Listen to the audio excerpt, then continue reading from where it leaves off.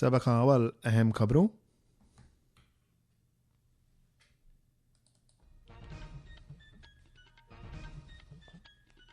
भारत भूटान खे बिजली शक्ति योजनाउनि वास्ते 4000 करोड़ रुपयनि जो रियायती कर्ज़ ॾियण जी पधिराई कई। बिहार में हेल ताईं जी सभ खां वधीक 66.91% वोटिंग दर्ज थियण जो अहवाल। वोटनि जी ॻणप जुमे ॾींहुं कई वेंदी। मरकज़ी गृह मंत्री अमित शाह चयो आहे त दिल्ली बम धमाके वाक़े जी ॾोहारियुनि खे सख़्त सज़ा ॾिनी वेंदी। हमले जी जांच राष्ट्रीय तफ्तीश एजेंसीअ खे सौंपी वई। राष्ट्रपति द्रौपदी मुर्मू अॼु गैबरॉन में बोत्सवाना जे सदर डुमा बोको सां बाहमी गुफ़्तगू कंदी ऐं अॼु लोक शेवा नशरियात ॾींहुं आहे। ख़बरूं तफ़सीलवार ॿुधंदा।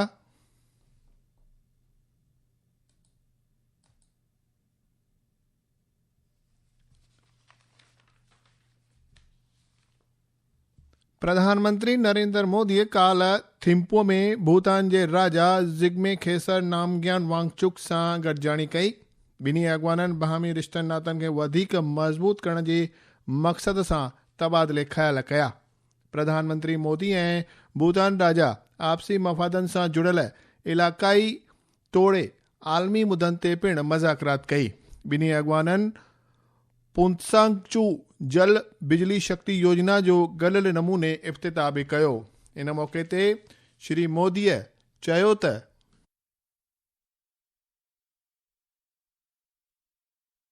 भारत और भूटान की कनेक्टिविटी बढ़ाने पर भी हमारा फोकस है। हम सभी जानते हैं connectivity creates opportunity and opportunity creates prosperity. इसी लक्ष्य के साथ आने वाले समय में गैलेफू और सामत से शहरों को भारत के विशाल रेल नेटवर्क से जोड़ने का फैसला लिया गया है। इस प्रोजेक्ट के पूरा होने से यहाँ की इंडस्ट्री का, भूटान के किसानों का भारत के विशाल मार्केट तक एक्सेस और आसान हो जाएगा।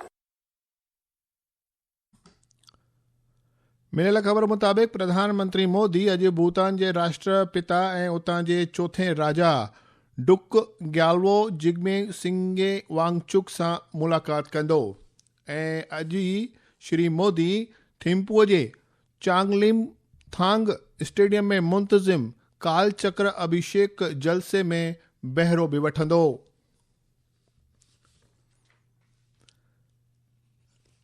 लॻभॻि 66.91% खां बि वधीक वोटिंग थियण सां गॾु ई बिहार असेंबली वोटिंग मुकमल थी आहे। काल्ह ॿिएं दौर जी विधानसभा चूंडुनि में 122 असेंबली तकनि में वोटिंग कराई वई। इन ॾिस में मुख्य चूंड कमिश्नर ज्ञानेश कुमार ॿुधायो आहे त बिहार जे वोटरनि पूरी आज़ादी ऐं शिफ़ाफ़ माहौल हेठि वोटिंग करे आज़ाद भारत में तवारीख़ क़ाइमु कई आहे। इन विच में असांजे खातूअ ख़बर ॾिनी आहे त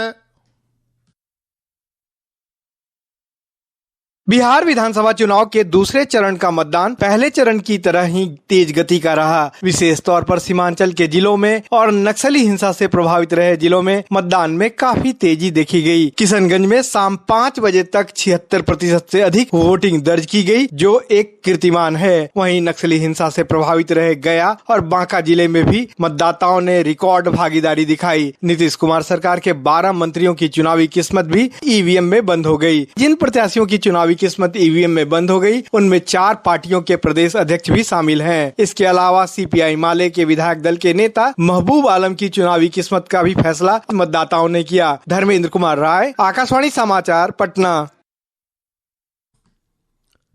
मरकज़ी गृह मंत्री अमित शाह चयो आहे त दिल्ली बम धमाके वाक़े में शामिल सभिनी माण्हुनि खे जांच एजेंसियुनि जो सामनो करणो पवंदो। श्री शाह सूमर ॾींहुं लाल किले वेझो थियल कार बम धमाके वाक़े खां पोइ हालातुनि जी कथ कढण लाइ काल्ह नईं दिल्ली में बर्ख़ अमलदारनि सां गॾु उच सतही सलामती जाइज़ा बैठक जी सदारत कई। गृह मंत्रीअ अमलदारनि खे दिल्ली बम धमाके वारी घटना में शामिल हर ॾोहारीअ खे तलाश करण जी हिदायत बि ॾिनी। इन विच में ख़बर इहा बि आहे त गृह वज़रात घटना जी जांच राष्ट्रीय जांच एजेंसीअ खे सौंपी आहे। राजधानी दिल्लीअ जे सभिनी संजीदा इलाइक़नि में सलामती इंतज़ाम सख़्त कया विया आहिनि। हे ख़बरूं अवां आकाशवाणीअ तां ॿुधी रहिया आहियो। वधीक ख़बरुनि लाइ तव्हां असांजी वेबसाइट newsonair.gov.in ते राब्तो करे सघो था।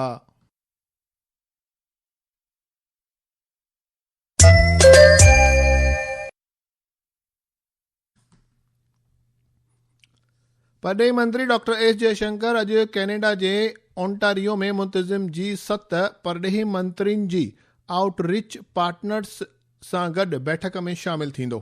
जारी कयल हिकु ताज़ा अहवाल मूजिबि विदेश वज़ीरात ॼाणायो आहे त डॉक्टर जयशंकर G7 विदेश मंत्रियुनि जी बैठक दौरान बाहमी बैठकुनि में बि शामिल थियो आहे। वज़ीरात चयो आहे त विदेश मंत्रीअ जी हिसेदारी आलमी ललकारुनि जो हल कढणु ऐं अंतर्राष्ट्रीय मंचनि ते ग्लोबल साउथ जो आवाज़ बुलंद करण लाइ अंतर्राष्ट्रीय हिसेदारनि सां गॾु कमु करण जी भारत जी लगातार वचनबद्धता उजागर करे थो। राष्ट्रपति मोहतरमा द्रौपदी मुर्मू अॼु गैबरॉन में बोत्सवाना जे राष्ट्रपति डूमा बोको सां गॾु बाहमी मुज़ाकरात कंदी। ॿिन्ही अॻवाननि विच में तिजारत ऐं सीड़प सां गॾु तकनीक, बिजली शक्ति, सिहत, रक्षा ऐं अवाम विच में राब्तो क़ाइमु करण जहिड़नि अहम खितनि में आपसी साथ सहकार वधण जे लिहाज़ खां ॻाल्हि ॿोल थींदी। पंहिंजे दौरे दौरान राष्ट्रपति मुर्मू बोत्सवाना जे पार्लियामेंट खे ख़िताब बि कंदी ऐं उन बाद ऐतिहासिक जायुनि जी मुलाक़ात वठंदी।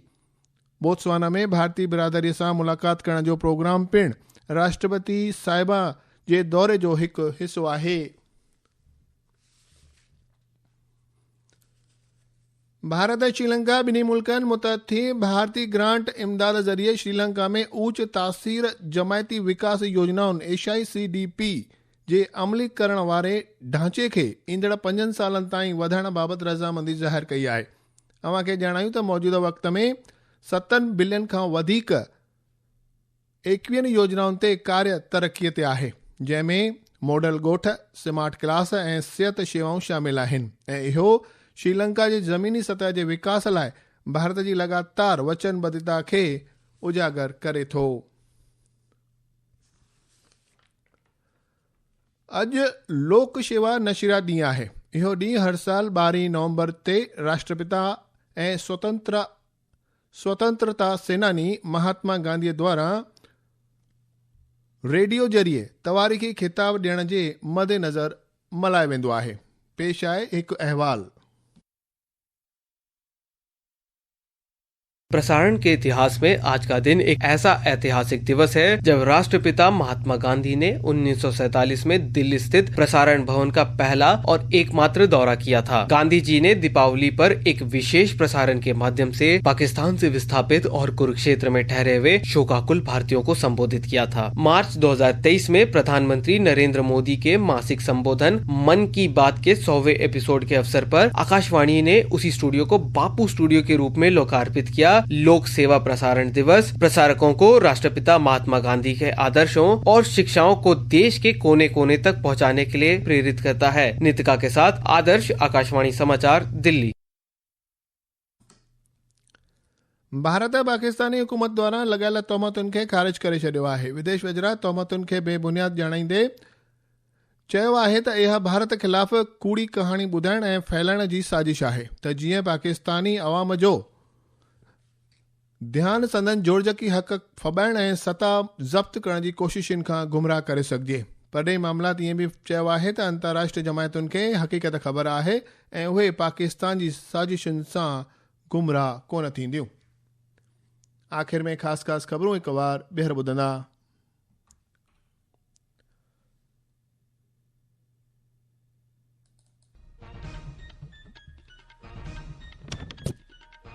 भारत भूटान खे बिजली शक्ति योजनाउनि वास्ते 4000 करोड़ रुपयनि जो रियाती कर्ज़ ॾियण जी पधिराई कई। बिहार में हेल ताईं जी सभ खां वधीक 66.91% वोटिंग दर्ज थियण जो अहवाल। वोटनि जी ॻणप जुमे ॾींहुं कई वेंदी। मर्कज़ी गृह मंत्री अमित शाह चयो आहे त दिल्ली बम धमाके वाक़े जे ॾोहारियुनि खे सख़्त सज़ा ॾिनी वेंदी। हमले जी जांच राष्ट्रीय तफ़्तीश एजेंसी खे सौंपी वई। राष्ट्रपति मोहतरमा द्रौपदी मुर्मू अॼु गैबरॉन में बोत्सवाना जे सदर डूमा बोको सां बाहमी गुफ़्तगू कंदी ऐं अॼु लोक शेवा नशरियात ॾींहुं आहे। आकाशवाणीअ तां सिंधीअ में ख़बरुनि जो इहो अंक ते समाप्त थियो।